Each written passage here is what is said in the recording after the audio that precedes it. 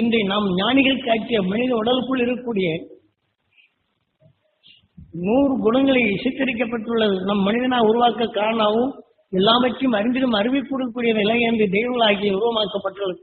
எல்லா கோயிலும் இன்னைக்கு அந்த தெய்வீக பண்புகள் பெற வேண்டும். நம்ம நாடு நலவா இருக்க வேண்டும். இந்த ஆலயம் வருவ குடும்பம் எல்லாம் அந்த சக்தி வர வேண்டும். ஒன்றுபட்டு வாழணும். இன்னைக்கு எத்தனை பேர் அம்மா அப்பா நடுரோட்டை விட்டு திட்டிட்டு இருக்காங்க. குடியிருந்த கோயிலவே இன்னைக்கு அவமதித்துக் கொண்டிருக்கிறாங்க. தாய் நம்மளை எப்படி நம்மளை உருவாக்கினா, கருவிலே 10 மாதம் நம்மளை எப்படி செமந்தா, பிறந்த பிற்பாடு நம்மளை எப்படியெல்லாம் கஷ்டப்பட்டு நம்மளை வளர்த்தா, சீராட்டினா, தாளாட்டினா, நம்ம தொழில் செல்லும் வரையில் அவருடைய உதவி நம்மளுக்கு என்ன நிலையில் இருந்து தெய்வமா காப்பாற்றியது. நீ யாராவது அதை நினைக்கிறோமா? இதனை பெண்கள் படுற அவசியங்கள் ஏராளம் ஏராளம். ஒரு பக்கம் கணவருக்கு 2 திட்டு, எல்லாம் நீ கொடுத்த செல்லம் தானே. இன்னொரு பக்கம் என்ன செய்யுது, நீ பிள்ளைக்கு 2 திட்டு. ஆக நிலக்குலைஞ்சி அவனுடைய நிலைகள் அந்த தாய்மையை சீர்குலைந்து சீர்குலைந்த உணர்வுண்டு மீண்டும் கருவுற்றால் கருவுடைய நிலையில் என்னவாக இருக்கும்? நாம் இடும் மூச்சலை என்ற காற்றிலே படர்ந்தால் அடுத்தடுத்து நாம் நுகரப்படும் நமக்குள் தீவினைகள் எப்படி உருவாகும்? இதை போன்ற நிலைகளை இன்று நாம் இந்த தீய வினைகளை நிறுத்தும் நன்னால் எல்லோரும் சேர்த்து அந்த துணை நட்சத்திரத்தின் சேர்வர்களை பெற வேண்டும். நமது நாடு மக்கள் எல்லாம் பெற வேண்டும். நாட்டு மக்களுக்கெல்லாம் அந்த மகிழ்ச்சியின் அருசக்தி பெற வேண்டும். துணை நட்சத்திரத்தின் பேரல் பெற வேண்டும். அன்பும் பண்பும் பரிவுடன் வாழ்ந்திடும் அருள் சக்தி பெற வேண்டும் என்று எல்லாரும் அந்த பகை மருந்து சொன்னால் இங்கே நிற்காது. இந்த பரமாத்மா என்ற நிலையில் இதை இழுத்து கொண்டு போயிருக்க ஆச்சரியன். இங்கே இழுக்கும் சக்தி எல்லாரும் உணர்ப்பும்போது அனாதையாகி விடுகின்றது. இது ஒதுங்கி போகிறது. இது ஒதுங்கினால் தன்னாலேயே சூரியன் கவர்ந்து கொண்டு போய்விடுகின்றது. சுலப வழியை காட்டினான் ஞானிகள். யாராவது நாம் பின்பற்றமா? இதே போல தீபாவளி அன்னைக்கு இதே மாதிரி இன்னைக்கு நாம் மனிதனாருக்கு 108 குணங்கள் வினையாகி வினைக்கு நாயகனாக மனிதனாகி தீவைகளை நீக்கும் அருள் சக்தியாகி எல்லாத்தையும் அறிந்திடும் காட்டிய என்ற ஒளிசுடை ஒளியின் உணர்வாக உயிரை போலவே உணர்வின் தன்மை நாம் அறியும் ஆற்றல் பெற்ற இந்த மனித உடலை நாம் இன்று அது வினையாக சேர்த்து வினைக்கின் நாயகனாக சர்வத்தையும் அறிந்திடும் ஆற்றல் பெற்ற இந்த நாள் இப்படி இருக்க வேண்டும். நல்லா யோசனை பண்ணி பாருங்க. இதையெல்லாம் நாம் ஒவ்வொருத்தரும் இதே நிலையில் நாம் எண்ணினோம் என்றால் இங்கே நாட்டில் அந்த பூமியில் அந்த தீவினைகள் நிற்காது. உதாரணமாக இந்த 27 நட்சத்திரங்களும் அதனதன் துவல்களை வெளிப்படுத்துகின்றது. பூமிக்கு வெளிப்புறம் பிரபஞ்சத்தில் பரவினால் அதனதன் உணர்வுகள் கொப்ப கோள்களை எடுத்துக் கொள்ளுகின்றது. இதை கடந்து வரும் துவல்கள் நமது பூமியின் துருவத்தின் நிலை பகுதியில் வந்தால் இது கவர்ந்து நமது பூமிக்குள் மோதிவிட்டால் அது மின்னலாக மாறுகின்றது. கடும் விஷத்தன்மைகள் பரவுகின்றது. மின் கதிர்களாக மாறுகின்றது. இப்படி பல மின்னல்கள் கடலில் தாக்கினால் மணலாக மாறுகின்றது. யுரேனியமாக மாற்றுகின்றான். மரத்தில் தாக்கினால் மரங்கள் கருகிவிடுகின்றது. அது பூமிக்குள் ஊடுருவி வேகத்தின் தன்மை கொண்டால் இதை பல எதிர்நிலையான நட்சத்திரங்கள் பூமிக்குள் எதிர்கலையானால் வேறு கொதிகலனாக மாறி பாறைகளை உருக்குகின்றது. ஒன்றாக குழம்பாக மாற்றுகின்றது. ஆவியாக மாற்றுகின்றது. பூமிக்குள் பல மாற்றங்கள் உலோகத்தன்மையாக மாற்றுகின்றது. பல நிலைகள் மாறுகின்றது. ஆனால் இதே துகள்கள் இங்கே பரவி தூசிலாக விழுந்து விடுகின்றது. அதே சமயத்தில் இந்த எதிர்நிலையான 27 நட்சத்திரங்கள் இதேபோல் நமக்குள் வந்தாலும் மற்ற நட்சத்திரத்தின் துகள் அதாவது ஒன்று அதிகமாக நம் பூமிக்குள் கவரப்பட்டு இதே மாதிரி மின்னலாக மாறி தூசிகளாக படர்ந்தால் இதனுடைய அழுத்தம் இந்த பக்கம் மின்னலாகுது என்றால் இந்த ஒளி அதிர்வுகள் இதற்கு எதிர்நிலையான தூசிகள் படர்ந்திருக்கிற பக்கம் மோதல் பட்டு இப்ப பார்க்கல இந்த மின்னல் அந்த பக்கம் முன்னிச்சு நீங்க காற்று வேகமாக வரும்.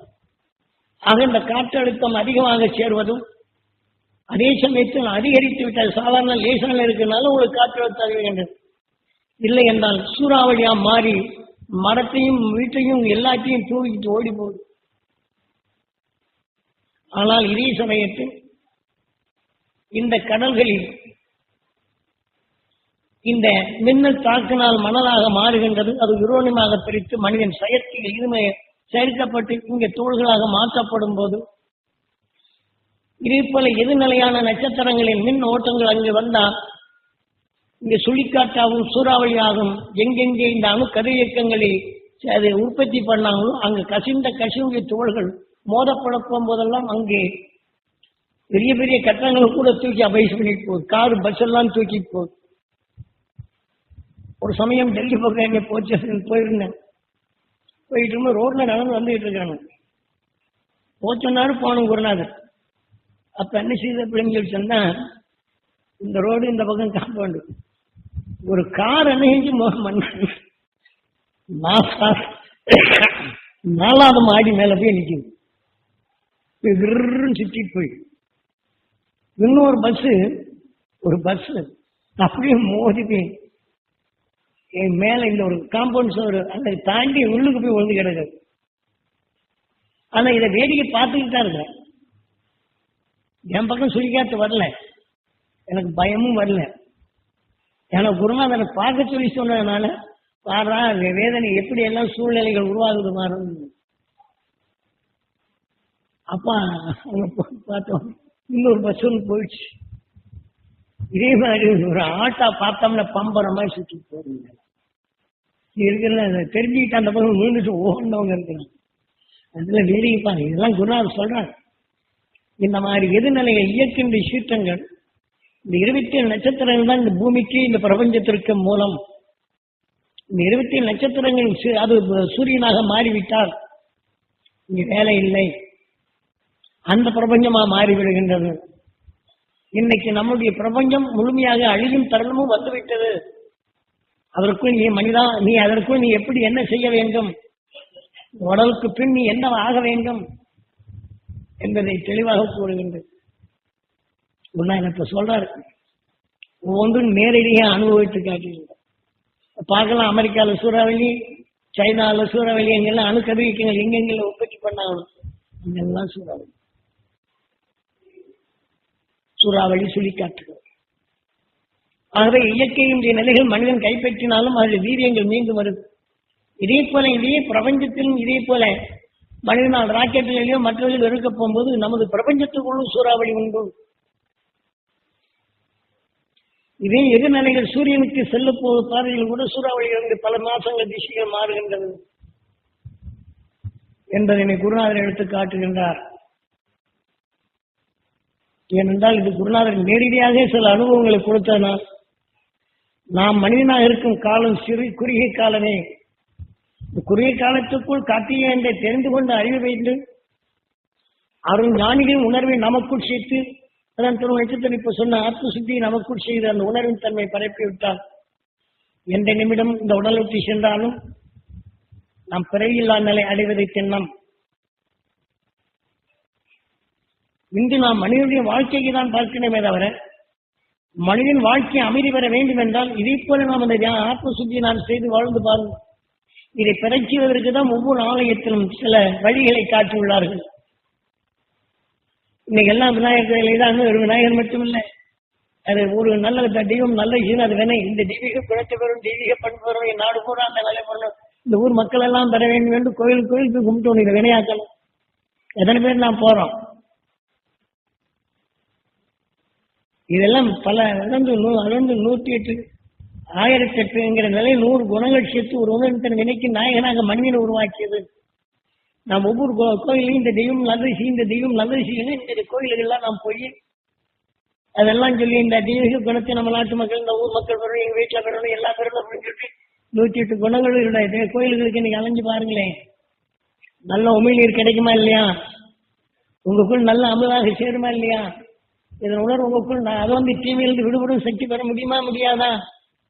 ஒருத்தன் வேதனைப்படுவனை பார்த்தால் அடுத்த நிமிடம் உங்களுக்கு அஜீனமாகுது, தெரியுது இல்ல? நீ வேற நல்ல இது பண்ணி பாருங்க, வேற நல்ல திருப்தியா ஸ்டார்ட் பண்ணுங்க. சாப்பிட்டு 2 பேர் வேணும்னா அது இதுன்னு கஷ்டப்படுறாங்க, அவன் அப்படி பண்றான் இப்படி பண்றான்னு சொல்லி நீங்க கேட்க வேதனை பற்றி நீங்க சொல்லி பேச வைங்க. அடுத்தாப்படி அவருக்கு எப்படி அஜீனம் வருது, வயிற்று வலிக்குது, அது வலிக்க வந்துடுது. என்ன பரிசித்து பார்க்கலாம். எந்தெந்த இயக்கங்களை நாம் குருநாதர் அறிந்து கொண்ட பின் இதை மக்களுக்கு கிடைக்க வேண்டும். உயிர் ஈசன் உணர்வு கோயில் ஆக மனிதனாக உருவாக்கிய 100 குணங்கள், அற்புத குணங்கள், அந்த 100ஐ உண்டு வைத்தால் அங்கே செயல்படுத்த நிலைகள் இருக்கின்றது. அதான் கண்ணன் குருஷேத்திர போர் வழிநடத்தல் கௌரவர்கள். நம் உடலுக்குள் எது இருக்கின்றதோ அது தன்னை பாதுகாக்கும் உணர்வுகள் வரும். எதை அதிகமாக நேசிக்கிறோமோ கோபம் என்ற உணர்வாக கௌரவர் தன் கோபத்தை வைத்து மற்றது வராதபடி தடுக்கும். நல்லவை தனக்கு கொடுத்த கௌரவர்கள் தீமையில் பெறாதபடி ஒன்று சேர்த்து வலிமை சேர்க்கும். மகாபாரத போரில் எவ்வளவு அழகாக கொடுக்குறாங்க. நமக்குள்ள இருக்கக்கூடிய குணங்களை எப்படி ஒன்று சேர்க்க வேண்டும். இதை போல இந்த விநாயகரின் நாயகனாக நாம் இன்னைக்கு ஒவ்வொரு ஆலயத்தில் நாம் சென்று இன்னைக்கு பூராமே இன்னைக்கு லீவ் விட்டுருக்குறாங்க, செய்யலாம்ல. இங்க அறிய வேண்டும் விரும்புனீங்க, இங்க வர்றீங்க, இதெல்லாம் நீங்க அறிஞ்சிட முடியுது. ஏன்னா நாட்டில் இதெல்லாம் நாம் இன்று நாம் செய்ய தவறினால் நாளை வரும் எதிர்காலம் எப்படி இருக்கும் என்று நாம் சொல்ல முடியாது. 2004க்கு மேல போயாச்சுன்னா இயற்கையை நம்மை அழித்துவிடும். இயற்கையை செயலற்ற, அதாவது இயற்கை தன்னுடைய மனிதன் செயற்கைக்கு மாற்றி கடும் விஷத்தன்மை கொண்ட இந்த காலத்தில் மனிதனுடைய உணர்வுகளை சீர்குலைக்க செய்யும் தன்மையை நம் பூமியில் பரவி கொண்டு உள்ளது. நமது நாடு மட்டுமல்ல உலகில். ஆனால் நம்ம நாடு ஒன்று தப்பும். தென்னாட்டுடைய சிறுனை போற்றி எந்நாட்டவருக்கு இறைவா போற்றி என்று அவன் பிறந்த நாட்டில் தான் இது மீண்டும் முளைக்கின்றது. அவரையே நான் ஒரு நட்சத்திரமானான். அதன் உணர்வுதான் உங்களுக்குள் செயல்படுத்த செய்யும். இதே மாதிரி தீபாவளி அன்னைக்கு அறிய செய்யும் விஜயதசமி. நம் உயிர் பூமிக்குள் விஜயம் செய்தது, எத்தனையோ உடல்கள் பெற்றது. நாம் தசமி 10வது நாளை அடையக்கூடிய மனிதன். உயிர் பெற்ற நாள் சிவன் ராத்திரி, மனிதனானத்தில் மகா சிவன் ராத்திரி என்ற நிலை. மகா சிவன் மாசி மாசம் மகா சிவன் ராத்திரி எல்லாம் காரணத்தை வைத்து எவ்வளவு தெளிவாக கொடுத்துள்ளார்கள்.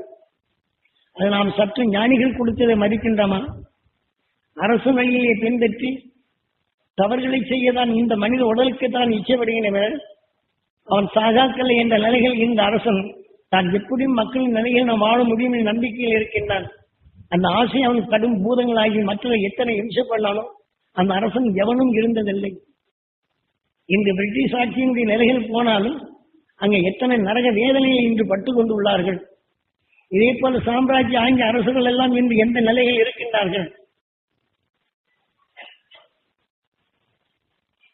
இதே போல அடக்கி ஆட்சி புரிய வேண்டும் என்ற எண்ணங்கள் இருப்பினும் அதுக்கெல்லாம் யாரும் எதை வைத்து எதை அடக்க வேண்டும். தீமையை செய்யும் அந்த அருணர்வை அடக்கி அந்த துரு நட்சத்திரத்தின் உணர்வை நமக்குள் எடுத்தோம் என்றால் அந்த தீமையை அடக்கி ஆட்சி புரியலாம், ஆன ஒளியாக மாற்றலாம். ஆகவே மனிதனின் வாழ்க்கையில் எது வலிமையோ அந்த வலிமைதான் முன்னணியில் இருக்கும். இன்னைக்கு நாம் சாந்தமும் ஞானும் விவேகத்துடன் இருப்பினும் ஒரு கோபக்காரனை பார்த்தால் அந்த வலிமை நமக்குள் பயப்படும்படி செய்கின்றது. ஒரு வேதனைப்படுவதை பார்த்தால் அந்த வேதனை உணர்வு நமக்குள் நடுங்க செய்கின்றது அல்லது நம்ம சோர்வடைய செய்கின்றது. அதன் வலிமையை தான் முன்னணியில் நிற்கின்றது. இத்தகைய நிலைகளிலிருந்து கார்த்திகை என்ற நிலையும் எல்லாவற்றையும் மாற்றி அமைத்த அந்த துரு நட்சத்திரத்தின் உணர்வை உங்களுக்குள் நுகரச் செய்து உபதேசித்து இதை நுகரச் செய்து கண்களால் இயங்கி பெறச் செய்து பதிவான இந்த நிலையை நீங்கள் எளிதில் பெற முடியும்.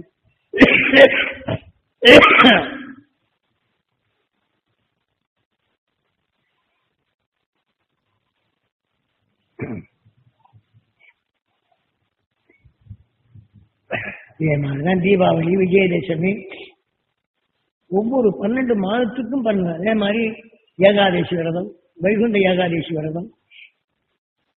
ஏகாதசி விரதம் நினைக்கிறோம் சாமிக்கு படைச்சு போட்டு அன்னைக்கு பூரா பட்னியா இருந்து அப்புறம் சாப்பிடு சாமி பேரை சொல்லி அப்புறம் சாப்பிடுறது விரதம்னால என்னன்னு நமக்கு தெரியாம இருக்கிறது. நமது வாழ்க்கையில் நம்ம குடும்பத்திலோ மற்ற ஏதேனும் நிலைகளில் எதாவது கஷ்ட நஷ்டமோ அதுல இல்லாதபடி எல்லோரும் அன்பாக இருக்கணும், அரவணைத்து வாழணும், பண்பாக இருக்கணும், பண்புடன் வாழ வேண்டும் என்ற இந்த உணர்வு நாம் எடுத்தால் இந்த உண்மை நீர் நமக்குள் அருண் பிரசாதமாக நமக்குள் சேரும்.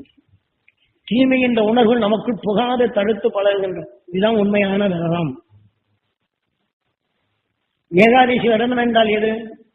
எத்தனையோ பேருடைய பகமையில நம்ம தொழில் ரீதியிலும் மற்ற நிலையிலும் நண்பர் நிலையிலும் இருவ நிலை பழகி இருக்கிறோம். அதை நம்ம நினைக்கிறோம்தான் இப்படி செய்தான், இப்படி இருந்தான், இப்படி கேட்டு போயிட்டான் என்றெல்லாம் நாம் பேசுறோம் இல்லை. அந்த மாதிரி நேரங்கள்ல அந்த உமிழ்நீர் நமக்குள் சேரும், நம் உடலில் சேர்த்தால் அது கை கால் வலிக்கும் அல்லது மற்ற அணுக்களை மாற்றவும், அது தனக்குள் வாயு போல உருவாகவும் வெளியிரண்டு மின்னவும் இதே போல நிலைகள் செயலாக்கும். நம்மை அறியாமலேயே நினைவுகள் வரும். அடுத்த நிமிஷம் பார்த்தா பழியிடும். அந்த பழியிருந்து மின்ன போகும்போது அந்த ஞாபகம் வரும். வெறுப்பும் வேதனை எனக்கு இப்படி என்ற பயம் எல்லாம் ஊட்டும். இதை போன்ற நிலைகள் எல்லாம் இருந்து நாம் விடுபட வேண்டுமா இல்லையா? அதற்கு வழி ஞானிகள் காட்டிய அருள் வழிதான். அகசின் துருவனாகி துற மகிழ்ச்சி ஆகிய ஒளியின் உடலானால் அதை எளிதில் நாம் பெற முடியும். அதை பெற்று நாம் பழகிவிட்டால் தீமையை அகற்றும் வல்லமை வருகின்றோம். இந்த உடலுக்கு பின் நாம் பிறவியில்லா நிலையை அடைய முடிகின்றது. ஆகவே இன்று நான் 2 மாசம் மௌன விரத்தம். ஏன்னா நீங்கள் வேற ஒண்ணும் இல்லை, வர்றவங்கள என்கிட்ட கஷ்டம் சொல்லுவாங்க. இந்த நேரத்திலையாவது சொல்லாம இருக்கான்னு அப்ப இங்க வந்தாச்சுன்னா என் கஷ்டமா இருக்கு, குடும்பத்தில் இருக்கு, இதுலவே உள்ளது நுழைஞ்சுக்கணும். என் குடும்பம் நல்லா இருக்கணும், எனக்கு நல்லா இருக்கணும், அந்த அணுசக்தி வரணும், என் குடும்பத்தை நான் திறமையா கொண்டு வரக்கூடிய அந்த சக்தி கிடைக்கணும், என் தொழில் நல்ல வளமா இருக்கக்கூடிய அந்த அணுசக்தி வேண்டும், என் தொழில் நல்லா இருக்கணும், என் வாடிக்கையாளர் நல்லா இருக்கணும். யாராவது கேட்கறாங்கன்னா இல்லை. பக்கத்துல யாரும் கேட்காம குடும்பத்துல செய்தித்தாளுங்க கஷ்டம் பையன் சொன்னபடி கேட்பாங்க. இந்த கொடுக்கணுங்க, அந்த கடன் கொடுக்க மாட்டேங்க, ஏமாத்தேன். என்கிட்ட காலத்து அடுத்தவங்க கேட்காம என்கிட்ட நான் விரதம் இது கேட்க கூடாதுன்னு விரதம் இருக்கு. இங்க காலைகிட்ட சொல்லிட்டேன். எனக்கு என்ன பண்றது? சொல்லாதீங்கன்னு சொல்றேன். அதுக்காண்டி விரதம் இருக்கணும். நீ பூரா இந்த 2 மாசம் கழிச்சு நீங்க எல்லாம் நல்லா இருக்கணும் நினைச்சிட்டு அந்த அலைகளை பரப்பி நீங்க இதே மாதிரி என்னங்க வந்துடும் அப்படின்ற நேரத்தில் உங்களுக்கு சக்தி கிடைக்கிறதுக்காக நேரத்தில் இதை கொண்டு ஊட கரை விட்டுருவோம். இந்த 2 மாசத்துக்காவது நின்று அந்த ஒரு பழக்கத்துக்கு வந்தாச்சுன்னா அப்புறம் அந்த சொல்லி மாறிடும். நம்ம எதை என்றும் அது உமிழ்நீராக மாறுது. உடனே நம்ம சாப்பாடு செல்லுது, நமக்கும் கெடுதல் உண்டாக்குது. அதனால இதை நாம் ஒவ்வொருவரும் இந்த இயற்கையின் உண்மையின் உணர்வதை நிலை நாம் அறிந்து இந்த ஒவ்வொரு காலகட்டத்தில் நம்மளுக்கு கொடுத்த ஞானிகளின் உணர்வுகளை நாம் பயன்படுத்துவோம். இன்றைய விநாயகர் சதுர்த்தி நாம் எல்லாரும் சேர்த்து நாம தியானிப்போம். நம்ம உடலுக்குள்ள எல்லாரும் இருக்கிறாங்க. நம்ம எத்தனை பேர்கிட்ட நீங்க பழகுனீங்களோ அவங்களெல்லாம் நுகர்ந்து உங்க உடல்ல அணுக்களா இருக்குது. இல்லாத யாரும் தப்பல. இந்த பிரபஞ்சத்தில் உள்ளது மற்றது கலந்து மற்ற செடிவெடிகளாக மாறினாலும் அந்த உணர்வு அணுக்களானாலும் மனிதன் ஆனத்தின் ஒருத்தருக்கு ஒருத்தர் சொல்லுக்குள்ள நுழைஞ்சு அவன் பட்ட வேதனை நமக்குள்ளும் இப்படி எல்லாம் வேதனைகள் உருவாக்கிட்டே இருக்குது. யாரும் நாம பிரிஞ்சு வாழல. இன்னைக்கு தினத்தில் இந்த தீமைகளை நிறுத்தி பழகுதல் வேண்டும் என்பதற்குத்தான் இன்று விநாயகர் சதுர்த்தி என்ற நிலையை நாம் முழுமை பெற்று இது ஒவ்வொருவரும் கணவனும் மனைவியும் 2 பேருமே எடுக்கணும். 2 பேருமே சேர்ந்து இந்த குடும்பத்துல இந்த முறைப்படுத்தி இந்த தியானங்களை எடுத்து காலை துறவு தியானத்துல என் கணவர் கிடைக்கணும், என் மனைவி கிடைக்கணும், எங்க பார்வை எல்லோரையும் நல்லதாக்கணும், நான் பார்த்ததெல்லாம் நல்லதா இருக்கணும், இதெல்லாம் எண்ணி பழகணும். கொஞ்ச நாள் பழக்கத்துக்கு கொண்டாங்க தன்னால செய்ய. ஏன்னா கணவன் மனைவி எண்ணக்கூடிய நிலைகள் தான் ஜீவன் பெறுகின்றது. கணவர் பிரிந்தவர் இல்லாமல் போயிடுச்சுன்னு என்ன வேண்டாம், அவர் உணர்வு உங்க உடல்ல உண்டு. இதே உணர்வு பல்கலை செய்து அந்த உணர்வின் தன்மை ஒளியாக மாற்ற முடியும். அவர் எங்கிருந்தால் உணர்வு வந்த பின் அந்த ஆன்மாவை கவர்ந்து கொள்ள முடியும். 2 உயிர் ஒன்றாக என்றும் பிறவியில்லா நிலை அடைய முடியும். இல்லை என்று மட்டும் என்ன வேண்டும், அவருடைய உணர்வு உங்க உடல்ல உண்டு. மனைவி இல்லை என்று எண்ண வேண்டிய அவருடைய உணர்வு உங்க உடல்ல உண்டு. அதனால் இதே போல யாரும் எவரும் எல்லையும் பிரிந்தில்லை. ஒரு வேதனைப்படான உணர்வு நமக்குள்ள இருக்கு. நம்ம சண்டை போடான நம்ம குரோத தொல்லை கொடுத்தான உணர்வு நம்ம கிட்ட இருக்கு, நம்ம உணர்வு அவங்க கிட்ட இருக்கு. யார் பிரிஞ்சிருக்கிறோம்? நம்மளை நினைக்கும் போது அங்க வேதனை, அவனை நினைக்கும் போது நம்மளுக்கு வேதனை வருதா இல்லையா? இப்ப பிரிஞ்சு எங்க இருக்கிறோம்? நமக்குள் அதை தீமையில் புகாது தடுக்கும் அந்த பழக்க வழக்கங்கள் தான் இன்றைக்கு விநாயகர் சதுர்த்தி என்பது. எல்லாரும் இந்த நல்ல குணங்கள் எல்லாரும் பெறணும், இந்த குடும்பம் எல்லாம் நல்லா இருக்கணும் அப்படின்னு எண்ணுதல் வேண்டும். எப்படி எண்ணுனா காலையில் இப்ப ராத்திரிகள்ல இதே மாதிரி எண்ணி பாருங்க. நாளைக்கு காலையில சூரியனை வச்சுட்டு போகணும், ஆத்மா சுத்தமாகும். இன்னைக்கு காலையில் எண்ணிந்து இன்னைக்கு காலையில் சூரியனை எடுத்துட்டு போயிடும், பரமாத்மா சுத்தமாகும், உங்க ஆன்மா சுத்தமாகும், உங்க உடல்ல ஜீவான்மா நல்ல வலிமை பெறும். அது உயிரான்மா மாறும்போது ஒரு நட்சத்திரத்தின் ஈர்ப்படுறதற்கு அழைத்து செல்லும். பிறகு நிலை அடைய முடியும். ஒன்றும் இதுக்காக வேண்டி காட்டில் போய் தாவா இருக்க வேண்டியில்லை. நினைச்ச நேரத்தில் நாம தீமை என்ன உள்ளு போகாம தடுக்கணும். என் உடல்ல படணும் சுத்தப்பட்டுக்கணும். அடுத்து இப்படித்தான் இருக்க வேண்டும் என்ற எண்ணத்தை வழி சேர்த்தால் அது அல்வழி நடக்கும். அது நீங்க உங்க அனுபவத்தை வந்தால் போகும்.